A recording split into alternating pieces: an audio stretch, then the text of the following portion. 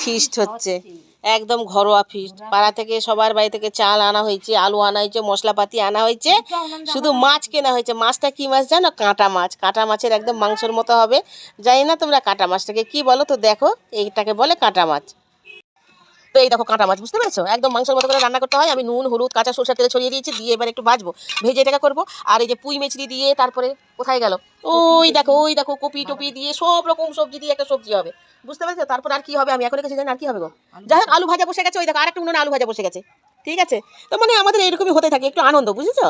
ওই দুই একজনকে নিয়ে আনন্দ। এই দেখো আমাদের পুনি রানী অনেক কিছু দিয়েছে। পুনি রানী ফিস্ট করার আনন্দটাই আলাদা না, মানে ঘরোয়া ফিস্ট, হ্যাঁ বেশি হাই ফাই নয়। আর আমরা এরকম ফিস্ট করতে খুব ভালোবাসি। ভাত হচ্ছে দেখো, আজকের ফিস্টে হচ্ছে রেশনের চালের ভাত, বুঝতে পেরেছো? তো বন্ধুরা, কাঁটা মাছটা করবো, তার জন্য কিন্তু আমি আলু টমেটো আর সব রকম মশলা দিয়ে, মাংসের মতো মশলা দিয়ে আমি কিন্তু মাখিয়ে বসিয়ে দিয়েছি। এটা কষানো হচ্ছে। আর ওই দেখো ওখানে হচ্ছে মাছ ভাজা। ফিস্ট করছে সবাই, রান্না করছি আমি একা, কেউ নেই, কেউ নেই, সবাই চলে গেছে। একবার এই উনুন একবার সেই উনুন করতে আছি আমি, জানো তো, কিছু বলার নেই, কি বলবো। তো বন্ধুরা দেখো, আমার কিন্তু মশলা কষানো হয়ে গেছে, এবার একটুখানি জল দিতে হবে, বুঝতে পেরেছো?